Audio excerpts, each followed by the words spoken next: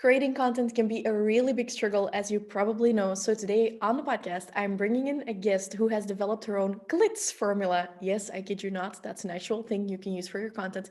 And she's going to be teaching about how you can use the CLITS formula to attract a bigger audience and to sell more to your existing audience. I'm going to be welcoming Marie Wold, who started online at only 16 years old and who now, about 10 years later, has built her own $1 million empire. Hello, and welcome to the Fast Forward Amy show, the show where we lift your life and business with simple strategies. I'm Fast Forward Amy, your host and coach, and I'll bring you a new episode every Tuesday.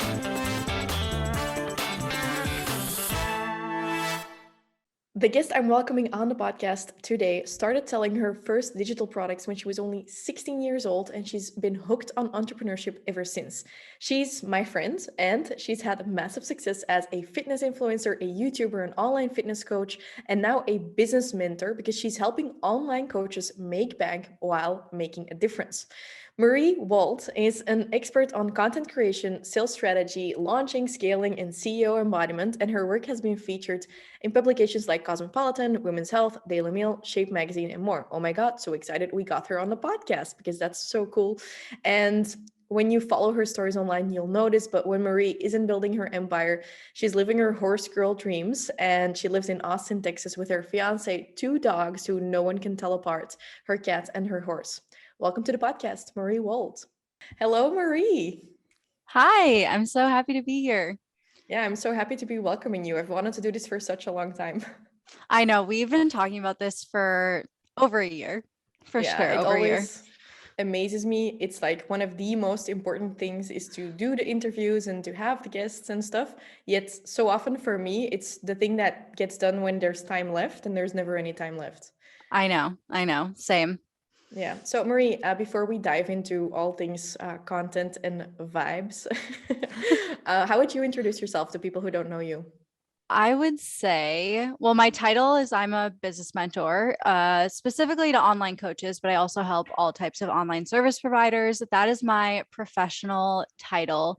I've been in the game for almost a decade. Like I started my Instagram in 2012 as my anonymous fitness page and started making money on the internet when I was 16.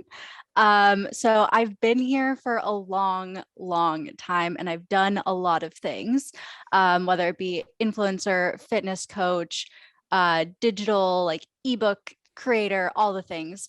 But outside of business as well, I'm an Enneagram 3 wing 4. That's very important as we talk about content and American vibes. thing. It's a very American thing to talk Enneagram. about the Enneagram. We're like, what? Okay, What does that mean? well, what else? The Enneagram is kind of like a personality test, but what makes it different is it's based around your core motivation. So being an Enneagram 3 means that my core motivation is achievement. And there are all sorts of different core motivations. So there's ones are about things being right and just. Twos, their motivation is helping. Threes, achievement. Fours are about creativity. So I'm the achiever with the creative spirit is my Enneagram. But yeah, you're right. That probably is a super American thing. No, I love it. I can't ever remember what I am. And I know we've done this test. I've done this I would test with you say while I was you're drunk. either, So oh my God, I remember that. Yeah. I would say you're either a 3 or an 8. I think you're definitely one of the achiever types. 8 is the challenger. So it's a little bit more about not necessarily being a rebel, but refusing to do things anyone else's way. You're gonna achieve things, but you're gonna for sure do it your way. So I feel like you could be an 8. yeah, I think I remember I'm not the same as you are, so it's probably an 8, but I'll take the test after this little get Yeah. together. Yeah. I feel like you're an 8, but what else about me? If you're into astrology, I'm a manifesting generator. I don't really know what that means. I am too. I Really? also don't know what it means. Yeah. Yeah, I have the chart. I have all the things I'm trying to learn, but it's hard to wrap my head around all of it. And then what else? I'm a horse girl. I live in Austin, Texas. I'm not originally from here, but I've lived here for 4 years. What else? I'm a independent only child who's always been mature for her age and always been told I'm an old soul. And yeah, I I love content creation. I love strategy. I love working on my business. I love serving clients, scaling, making money, all the things. Yeah, I know we get along. I think we get along pretty well because I think we're kind of like driven by some of the same stuff. Yet Yeah. we've done it in a completely different way. Although we Mm-hmm. both come from the fitness industry, which is Yeah. very typical in my opinion. I always perceive people who are like, the fitness industry can be like a stepping stone to more Mm-hmm. development, and often that just leads to business. Yeah. Which, how long have you been doing just solely business instead of the fitness part too? I pivoted from being a fitness coach to business coaching um, just over 2 years ago now. So I Yeah. grew my fitness coaching business to like multiple six figures, did that for several years. And just, yeah, I realized that I was having more fun working on my business and like doing the business side than working in it. And I think, like you said, fitness is kind of the first way that like my entrepreneurial passion like first manifested, but I was like always meant to help other people grow their businesses. And I just had to like walk the walk first.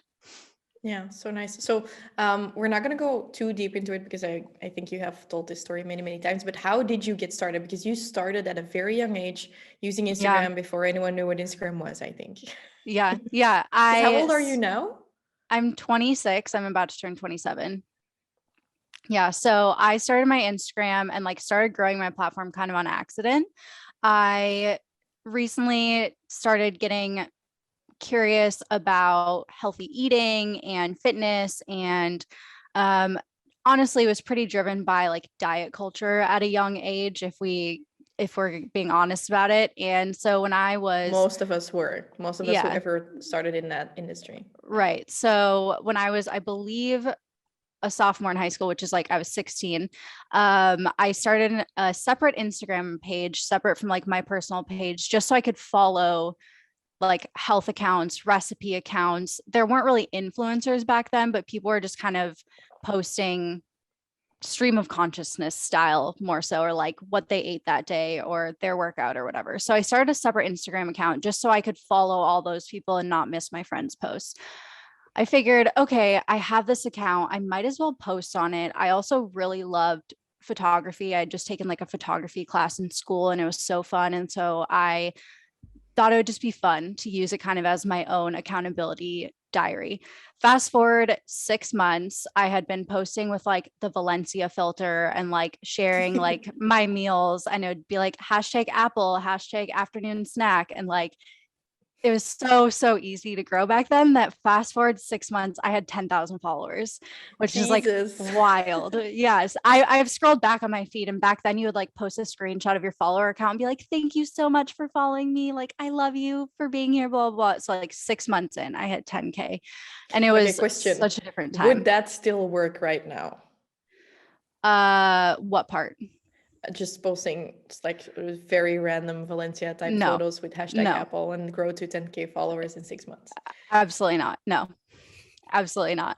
And we can definitely talk like content strategy and like growth strategy, like growth content versus conversion content and stuff, but absolutely not. That would not happen. It was very much like what you now see as people's personal accounts that like never go anywhere, right? So that was my account. And I also was like posting recipes that I was trying. I was really into clean eating, so I would like make clean versions of like food that I wanted, which we all know now like you should probably just eat whatever you want, but whatever. That's that's a tangent for another time. But I pity the people who start there now. I'm like, no, you don't I get it. know. I know. So I was doing all of that. And at the same time, I was 6 months down the road, it was summertime, and I was like nannying just to make some extra money. And I decided while I was nannying, I might as well take these recipes that I'm making and like sharing for free and put them into like something that I can sell. Like, what if I could monetize this? So already my like entrepreneurial gears were turning.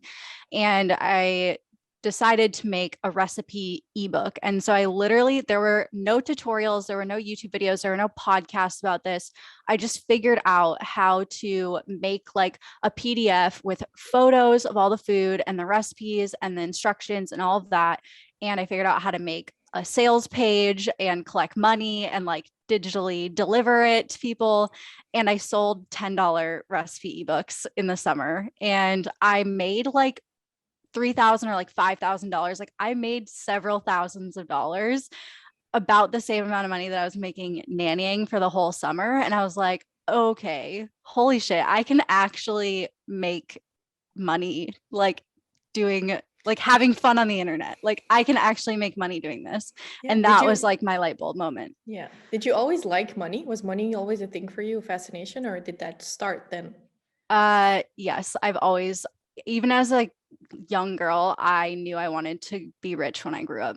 And part of that was I just always seemed to have like expensive taste. I think part of being an only child I was like always around adults, and like my mom would always take me shopping with her and like go to the nice department store, and like I would get to like touch all like the nice clothes, and I just like loved that stuff. And also at the same time, I was a little baby horse girl, and like I never grew out of my crazy horse girl phase. That is like still me. It's still my biggest passion. And I knew, because my mom told me, if you want to ride horses when you're older, you either need to get a good job or marry a man with a lot of money. And I remember thinking, fuck that. I'm not going to wait for a man to like allow me to do what I want. I'm going to have to figure this out myself. And so that was like, And that's a quote for the copywriter. This was a quote. Put this on a quotes thing, please. yeah. Yeah. So I remember thinking that. And so yeah, I've always wanted to make a lot of money. So realizing for the first time that like, oh, there's something here. Obviously, you're not going to get like rich selling like $10 recipe ebooks for a summer. Like that's not it. But I just realized the potential of the platform. And that was before influencers were ever a thing. There were bloggers at that point, but like that was before influencers. That's such a funny sentence. Like, who can imagine now? I know it's weird to think like Instagram without influencers, but it just was like, it was chronological. It was very much like some people were selling like digital products and stuff, but even that was pretty uncommon. I can think of like a handful of people that were doing the same thing as me. And yeah, there were bloggers, but that was about it. And brand deals weren't a thing. And after another year or two, that's when brands started getting smart about leveraging other people's audiences, and brands started at first just sending me like free stuff. And that was really exciting as like a high school kid, like getting a package from like a package of Quest bars, which back then was like the pinnacle of the fitness. Yeah. So getting things from Quest or getting things from random just brands who wanted me to wear their leggings or whatever, like to me, that was very exciting. And eventually they started offering to pay me. And fast forward, I keep doing this and keep getting better at content creation and keep growing and whatever. And by the time I finished college, so I was like 22 or something, I was making more than like what would have been my full-time income just from working with brands between Instagram. And at that point I was also doing YouTube. And that was just insane to me. And I turned down like the job offers I had gotten right out of college. I got a marketing degree and an international business degree and a minor in Spanish, but like, please don't ask me to speak Spanish because I am so rusty. I've heard it. Only after some tequila is like my Spanish decent, because that like self-conscious filter is gone. But yeah. And I finished college and said no to the job offers and the benefits and all the things, and decided to just be a content creator and an influencer. And then just to make the long story short, I realized that like I didn't feel really comfortable just like waiting for brands to decide how much they wanted to pay me or whether they wanted to work with me. And I saw other people doing fitness coaching, and people had been asking me if I could coach them just from me sharing my own journey and what I was learning. And so I started coaching as well. And there was nothing like the programs that I have, or like nothing about how to grow a coaching business out there. So I very much had to figure it out on my own, trial and error, like struggled a lot, failed a lot, undercharged, questioned myself, had to like build things up, then tear them down and try again. And it was rough for a couple of years of like fitness coaching. I was working a ton. Eventually I hired my first business mentor, and pretty much ever since that point, my business has doubled year over year since then. I think that's so funny because it's something like this might lead to me ranting because obviously it's a conversation I'm gonna add stuff into because then my audience gets to know me and I can share fun facts. I'm infusing this with strategy. um, like when you started, I don't know when that was. When did you start selling like your own programs and stuff? I started selling like workout guides and that sort of thing when I was probably like 21. Yeah, so that's like 6 years ago. Mm-hmm. It's kind of like when I did it, and what I sometimes see now. I had a massive, not a discussion, actually, an agreement about this yesterday. Is sometimes people right now are like, oh, the thing I'm doing right now, it's not immediately working, but they don't realize that they have so many tools available to them. Whereas when Mm-hmm. I started and when I created my first nutrition program, I didn't know how to edit videos. There was also no information on editing videos or Yeah. on lighting or Mm-hmm. like, I mean, iPhones existed, but I recorded it on my MacBook. And I remember just like shooting everything in one take because I didn't even know how to edit a video. And then Yeah. I didn't know about email sequences either because back then your email service provider wouldn't even offer you good landing pages. Like that was a whole different provider that you needed for Mm-hmm. that. And I was like, I need to send these people chronological emails. So I would just have this Excel file with my clients who had paid me just through a wire transfer because systems weren't that available yet. And I was Yeah. like, at the end of the day at 11 p.m., I would also just be writing like, okay, this client has received email 5. Let me resend email 5 to this client, which is all of the links and everything manually. And now I'm like, Oh my God. what people Yeah. in today's day and age don't know, or people who are listening to this podcast, is how much free value they have Uh-huh. right now available to them that we didn't have when we started and when we had to figure everything out. Mm-hmm. Mm-hmm. Yeah. I mean, on one hand, like you kind of are expected for things to look a bit more like polished. Like we could get away with things being pretty scrappy just because that would like there was no expectation of anything else. But there's just so much available in terms of resources and how to's and platforms and tech that makes it so much more accessible. So like a lot of people will say, oh, it feels too saturated or it feels like I'm too late. And yeah, there are more people doing it, but like I like the saying like it's not saturated or it might be saturated, but it's not competitive. Whereas like there's a lot of people doing it, there's not a lot of people doing it well. And the barriers to entry are so much lower than they ever were that like it really doesn't matter. Yeah, the learning curve is really steep. Like, Yeah. yeah. Yep. So when you started, what do you think was the reason for your success, like that you grew so quickly? Was it because you Mm. were posting every day? Were you just winging it? Did you have a strategy or were you just obsessed? What was it? Um, I wouldn't say that I consciously had a strategy. I've always been really like into things like looking good and curating a vibe, which I'm sure we'll talk about because that's something that Yeah, you I'll say mentioned. it now. I'll say it now. So a few months ago, we were in Mexico, and we were staying at a really nice hotel. And I'm good with Instagram stories, but I've always joked in the past like I'm really good at making ugly stories. And I know we had the same hotel room, but we were sleeping door to door, like next door. And I know I had entered and like Yeah. filmed the hotel room as you do when there are no suitcases or a mess yet. Always do this when you enter a Yeah. hotel room because your audience loves to know where you're sleeping. Uh-huh. And I had just filmed it like that because I also didn't know, by the way, that you could put filters on your Instagram stories afterwards because I was like making it super complicated in my brain. Like I might use this footage later for something without a filter in a normal video, but in Instagram stories, you would use a filter. Long story short, I recorded it without a filter. It looked nice, but not great. And then we were at the beach on at a cabana, probably drinking tequila, and you showed me your stories, and I was like, oh, fuck this. I should have recorded it like that. That's so pretty. And you just told me like, yeah, Amy, you always got to curate the vibe. And Yeah. that sentence stuck with me. And I talked about it, I think it's in episode 107. That was just for me a whole new level. That's something that someone in Belgium would never say, or they would know it, but they wouldn't tell you. Uh-huh. But as you being American, like if I can say it like that, like you guys have such a higher level of content creation that Mm. we in Belgium, we just have not gotten yet. And for me, Yeah. it's sometimes like a part of my success is just because I'm like a big fish in a small country. So Mhm. I don't have as much competition, but because there's so much competition in the US as well, you also just have to perform better. You have to make it Yeah. prettier and more professional, and you do that so well. Yeah. Yeah. I mean, I think there's definitely a difference between this is what people get tripped up on is there's a difference between curating a vibe versus having everything needing to be perfect.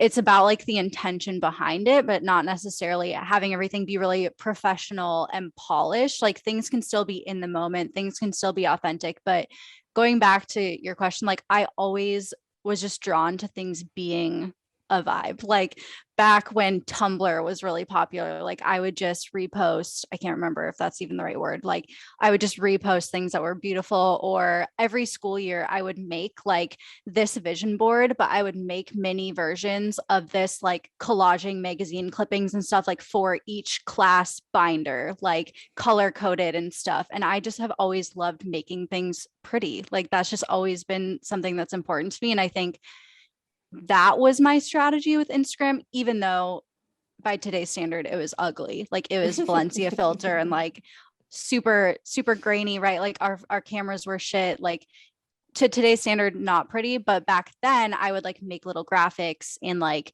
make it pretty for then. And For the I was Middle just Ages. right. Yeah. For like the stone ages of Instagram. And yeah, so I think that kind of set me apart. And then also just letting it be really authentic. The other thing that I did is for the first while, my account was anonymous. So my face wasn't anywhere on it. My name wasn't anywhere on it. Like it was anonymous. I finally went not anonymous when people at school found out about it. And I like kind of got bullied for it and like went home from school crying. And it was like a whole deal. And then I just decided that I was going to own it because I was having fun and I wanted to see where it went. But it being anonymous, I think also gave me a level of freedom to just like say whatever I wanted, post whatever I wanted without feeling like I had to be a certain way. So interesting. How did you ever get like the bullying, okay, but like other types of negative comments from your environment, or like right now because you have such a big account? Um, I know like your fiance supports you, but what about Yeah. the rest of like friends and family? How have they dealt with you becoming so famous? Yeah. So it's been interesting. I would say all the people that are like already close to me have always been pretty supportive. Like they sometimes they don't understand it and they're like, I don't really get what you're doing, but like good job. Like keep doing whatever you're doing because it's working. People who like when people in high school found out about my account, like there were definitely people who made fun of me. Or back then my username was Fit Girl Fuel, which like it was really popular to have like cute clever like usernames on Instagram. Like fast And forward Amy. yeah, but yours is like at least your name. Like mine was not even my name. And so I'd have people like yelling like Fit Girl Fuel in the halls and like just being annoying, and like that bothered me. Um Eventually, especially once I started growing my YouTube, which I grew to like 75,000 subscribers. It was a pretty like decent sized channel. And I grew that just like based on fitness content. YouTube, people feel like they know you a lot and it feels very personal. And so I found that as my YouTube got bigger, that's when a lot of the judgment and hate became like stronger. And people would have a lot of weird opinions about me and say things about me that made no sense, but like they were just so set that like that was my truth, or people assuming that I had bad intentions, or just I can't even explain like the things that people have said to me because none of it is logical and none of it makes sense. But I have absolutely received hate. Like I would say once I hit maybe like 18, that's when like hate became a thing on the internet. So I've been getting hate on the internet my entire adult life. And it's Fun hard, but times. this, yeah. So I very much grew up on the internet. I grew up being judged by strangers on the internet, which is really interesting. But on at the same time, the other flip side of like YouTube, especially being that way, is like I got so much support and people who are like diehard fans. And this doesn't really happen to me anymore, but I would get recognized in public because there weren't a ton of big fitness YouTubers back then. I would get recognized in public. I would go to fitness expos and there would be lines of people waiting to talk to me. People would cry when they met me and didn't even know their name. People would ask me to autograph stuff. Like that was That wild. that must be really weird because I know you to be like a semi-private person. Like, although you have the personal brand, you're like, if I don't know, like that's what you come across. Like, Yeah. it's not Well, easy when I to first meet penetrate the Marie someone, bubble. Yeah. yeah, when I first meet someone, I think because it feels like I put a lot of my life on the internet, people assume that I'm really outgoing and then like maybe even extroverted. But actually, if you meet me in person, my personality is the same, but at first I'm kind of reserved and quiet. Like I take a second to like observe and like take in my surroundings, and then my personality and stuff will come out once I feel more comfortable. But yeah, so that's a huge like shock to then go to a fitness expo, have like 100 people waiting to talk to you, and like they're all so excited. They all feel like they know you because they've been watching you do your life on the internet, but you have no idea who they are. That is one of the most bizarre things of like this entire journey. Yeah, I so before the first lockdown or like when that happens, I kind of decided for myself like, okay, when all of this shit ends, I can be like on top of this and be like the Mm-hmm. most famous business coach in Belgium and Yeah. surroundings, or I can just like have not done it. And so I Yeah. quickly like made this decision like I'm gonna go after it. And like literally the first lockdown hit here almost 2 years ago now, and I just decided like I'm gonna go after this. And like literally the first day of the lockdown, I started creating a new course about how to flip your business from offline to online. And I just went after it and I never stopped, as Mm-hmm. you know, because you've seen me in that time frame, like worked so hard. And what I didn't realize is that I had gained so much new people in my audience in Belgium because of the things I did, my big course and everything. And now when I go outside, I always get recognized and it freaks me out. I'm Yeah. like, it used to happen Yeah. sometimes that I knew like I can't go looking like shit to the grocery store, but now it happens every single time. And I don't Oh want to my be like, gosh. I hate Yeah. it, so that when someone is listening that they wouldn't come up to me. Please do come up to me and do come Yeah. and say that if you're listening. But it freaked me out because I'm like, Yeah. what the fuck? And also I Yeah. don't know your name. And it's like, it's so weird because then my mom was like, it's so funny because you work so hard to gain an audience and then you Yeah. don't want to be recognized. Yeah. No, it's so strange. And I don't want to talk about that stuff as like coming off ungrateful at all. Cause like having people support you and love on you and like support you. I already said Yeah, support you, it's but like amazing. just be there for you like that is incredible. It's just such a bizarre experience for it to like translate into real life. Your mom is right. Like it doesn't make sense, but it just is really bizarre. And that's like the crazy thing about a parasocial relationship, right? That means like the person one person feels like they really know you, and this happens on social media. They feel like they really know you. They feel like they have really bonded with you. You're their friend, but you maybe don't even know that they exist, or you definitely don't feel that same level of closeness. And so it's just like a very interesting dynamic. Yeah, so weird. So when we look at then, like for me, what stands out for you is you're a go-getter. Like you will never give up. I imagine you've gone through Yeah. your own mindset shit, but you will never just like not do Mm-hmm. it. Like sometimes you won't want to, maybe, but you will Yeah. still go ahead with it. I think in that aspect we are much alike. Like we follow the timeline we Mm-hmm. set out for ourselves, and maybe we won't Mm-hmm. hit the goal, but we'll keep like going as promised or something. Yeah. But if we look at the content piece, because I'd love to like gain some insights from you on content creation for my audiences. Back then it was you just went after it and it was really new and you excelled at it and learned a lot, I think, after thousands of pieces of content. But what's your content strategy right now? Like you have a couple of 100,000 followers, Mm-hmm. you sell out your programs, you're doing really great, you're hitting your $1 million a year, I think. Yeah, what's the Yeah. timeline of We're that? yeah. Yeah, We're yeah. at $1 million like run rate right now. Yeah. Yeah, so that's perfect. So how do you approach content creation? Is it just like you post whatever you want? Do you post every day? Do you focus on like the difference between growth content or engagement? What's the Mm-hmm. strategy there? What's the Marie vibe of doing this? Yeah, I mean, there's definitely different like tactics that come and go, but I would say the strategy that works on social media hasn't changed that much over the years. Like, Yeah. Is obviously, it I've seen, okay, by the way, that I'm asking this? Yeah, I'm of like, course. well. Yeah, of course. The strategy has not changed that much over the years, despite chronological feed, despite the algorithm, despite like new types of content coming out. Like the strategy is similar. And I've just, like you said, put out so much content that I've had so many opportunities to like experiment and see what works. I have over 6,000, I think, Instagram posts at the time of us recording it, or like close, very close to 6,000. So I've done a lot to see what works. And you were right For that there's, reference, for people listening, I have about 3,000. So that's yeah, double. yeah, but like 3,000 is still a lot. But like I said, we used to post like 3 to 5 times a day, and like that was chill. Yeah. So because there were no stories. If you wanted people to see something, it was on grid. Yeah. Like there I was no posted 4 stories. times a So day anyway, consistently. Yeah. yep. So I would say, yes, there's absolutely a difference between like growth strategy, conversion strategy, balancing the two of those.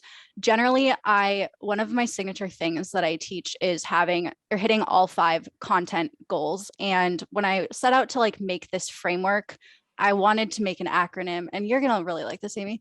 I set out to make an acronym, and I just started brainstorming like what the words needed to be. And the acronym that I accidentally created was CLITS. So I do love one that. of my core content strategies has become consistently hitting your CLITS. Oh my God, I am dead. I will have Yeah, to. This is what's gonna go on social media to I'm promote this so glad. podcast. This will be the like golden nugget of wisdom, hitting the CLITS. So one thing that sets the way I teach content apart from other people is everyone says have your content pillars, right? So like have your 4 or 5 topics that you talk about consistently, right? So if you're like a fitness coach, you talk about workouts and nutrition and mindset and habits, and then you have like a personal pillar about you.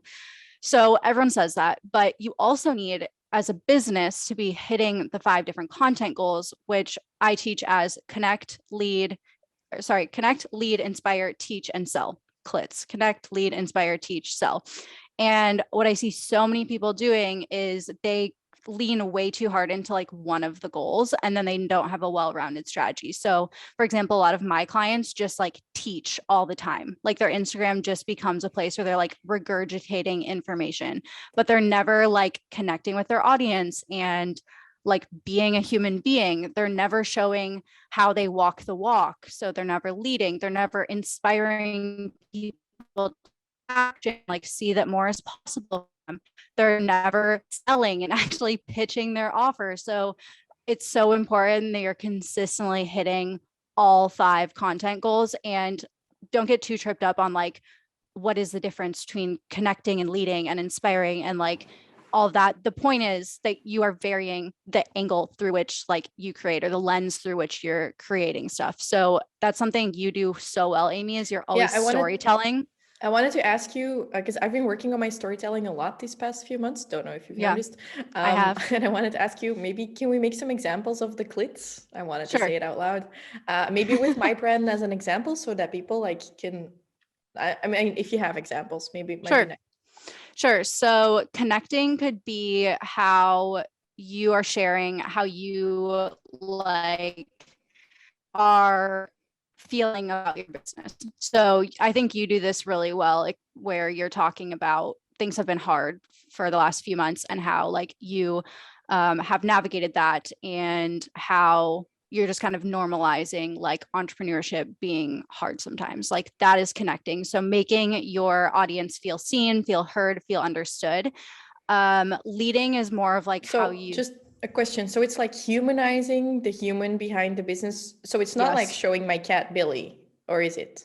it also can be that. I think having those things about you that make you different or make you a human are all part of connection. So like a lot of my clients tell me that they actually love that I talk about horses sometimes, even if they're not a horse girl, because it makes me different. And it also is it's a representation of like doing whatever the fuck you want with your life and like making your business like serve your passions and stuff.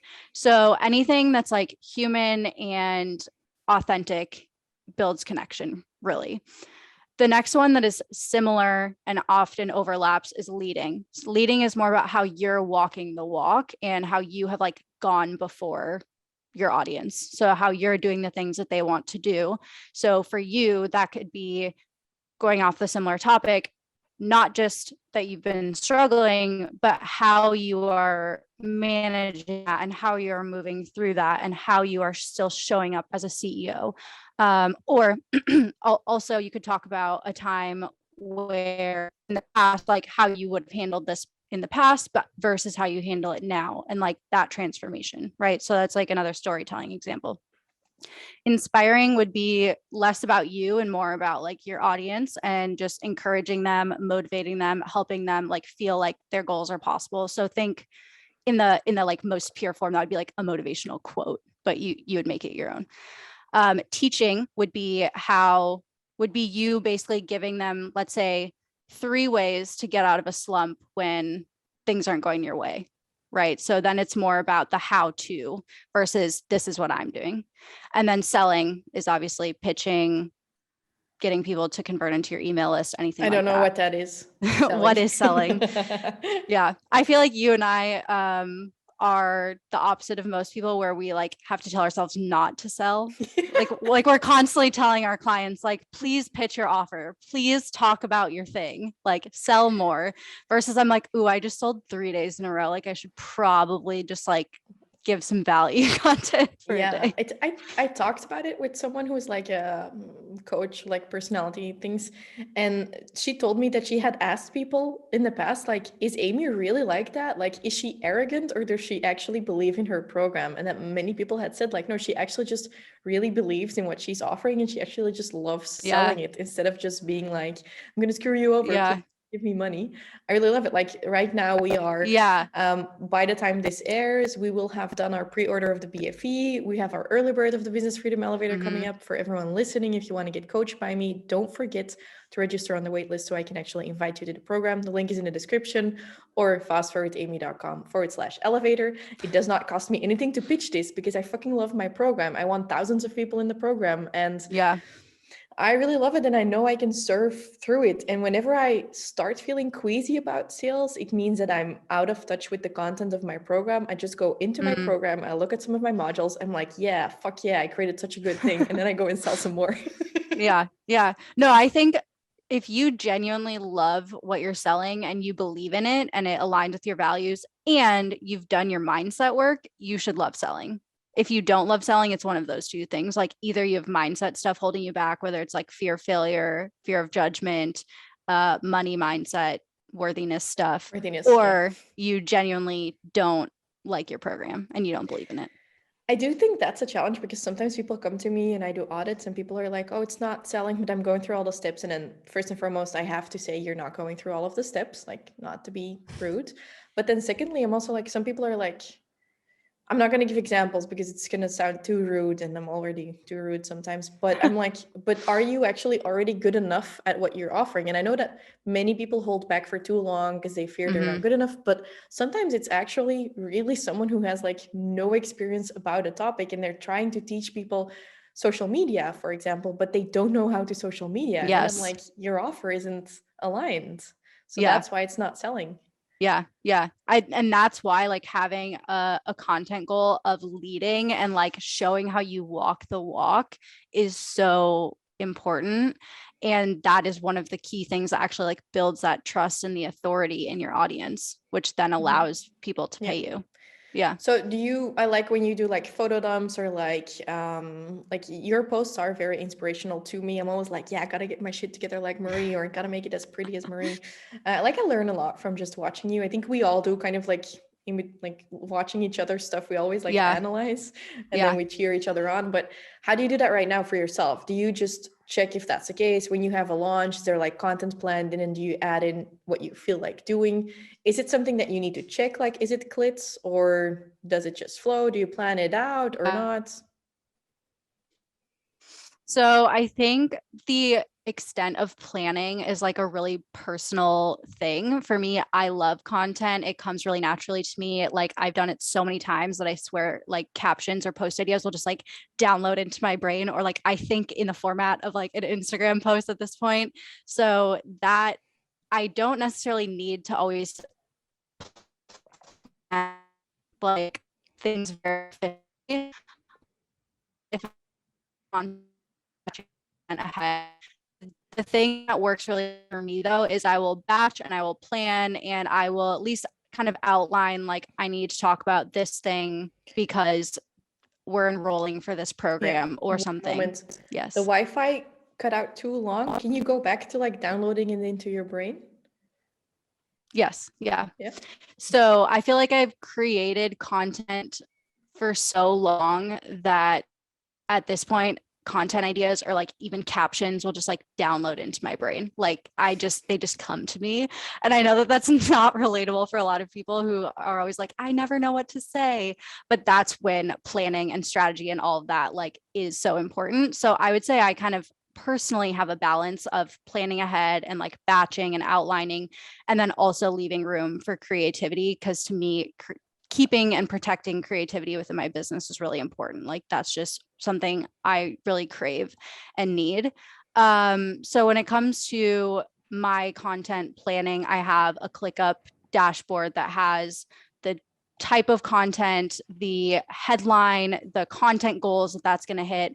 And at a glance, I can kind of just make sure that I'm hitting the CLITS on a regular basis, but I'm not so like picky about it where I'm like, oh, I sold 3 times and I only inspired 1 time. Like I need to start over. It's more so like zooming out and I view like, are you regularly doing anything?